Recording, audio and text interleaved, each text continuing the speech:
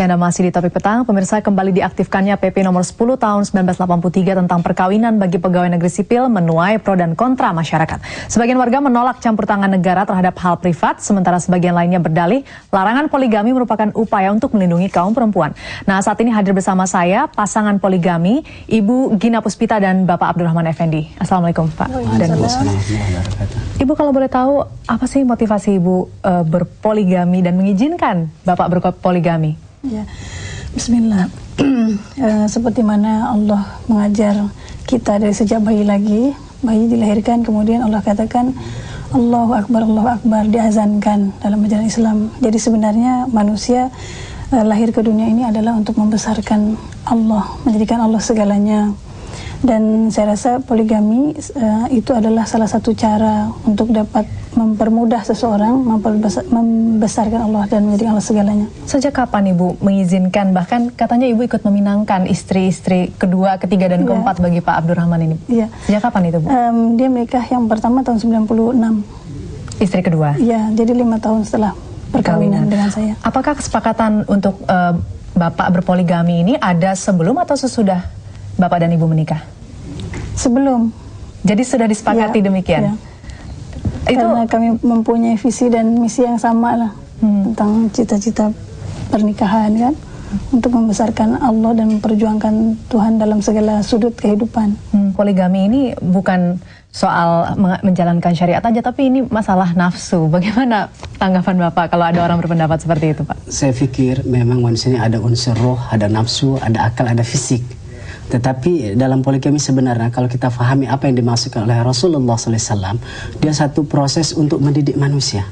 Untuk mendidik manusia benar-benar menjadikan Allah adalah segalanya. Hidup matinya untuk Allah Subhanahu Wa Taala. Sebab dalam poligami banyak proses untuk sabar, proses untuk mengutamakan Allah, proses untuk bertoleransi, untuk bertindak adil.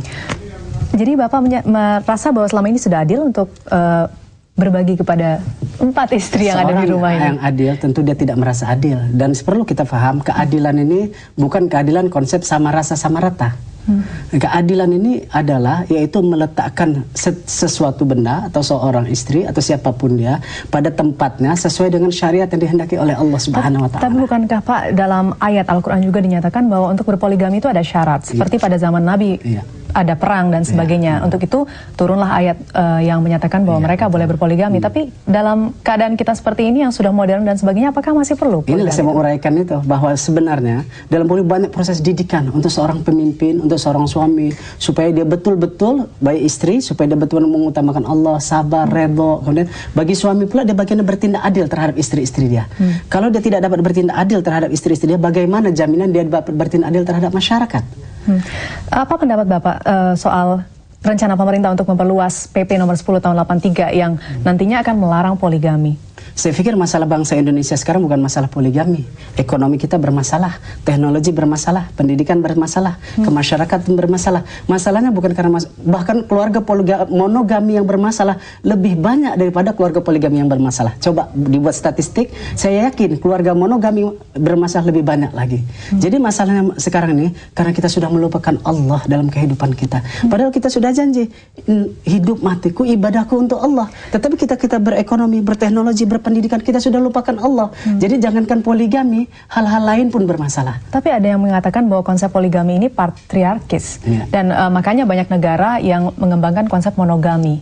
Bagaimana kalau? Begitulah ketika kita sudah tidak memahami lagi apa maksud Allah di sini.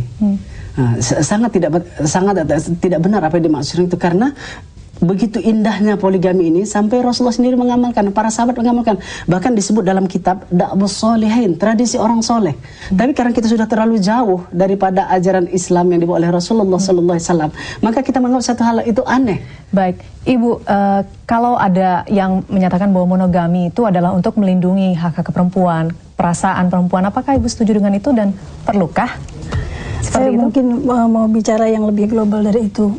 Maksud saya sebenarnya dalam kehidupan ini jangan kita menilai suatu masalah itu dari akal, semata-mata akal. Kita manusia ini diciptakan Tuhan. Jadi artinya kita perlu merujuk atau bertanyakan kepada Tuhan tentang segala sesuatu, termasuk masalah monogami, poligami, kan. Jadi artinya itu pendapat kita yang melindungi perasaan, tapi sebenarnya perasaan perempuan kalau dia memang dididik kepada Tuhan, dia akan sangat sensitif. Jadi tidak ada masalah untuk hidup bersama dengan 3 istri lainnya? Tidak, bahkan saya merasakan mendapat banyak kekuatan di situ. Ibu, mengenai PP nomor 10 tahun 83 tadi yang rencananya akan diperluas, kalau berlaku surut, apakah Ibu siap menerima konsekuensinya bahwa poligami sudah tidak diizinkan lagi di negara ini? Kalau menurut saya, yang saya himbau diri saya dan semuanya, pertama sebelum memperlakukan atau memberlakukan itu, bertanyalah apa aturan Tuhan yang sebetulnya baik untuk kita. Dan kalau saya harap pemimpin di sini pun akan mendapat pimpinan dari Tuhan. Bila kita menyelesaikan satu masalah dengan cara akal, tidak akan kemana. Sedangkan banyak lagi masalah lain, masalah negara ini yang kita perlu selesaikan. Dan kuncinya semua perlu kembali kepada Allah. Allah lah menjadi referensi bagi kita. Tapi masalahnya kan ini akan ada sanksi juga bagi yang berpoligami, begitu Bu? Oh, itu insya Allah. Nanti Allah akan bagi jalan keluar.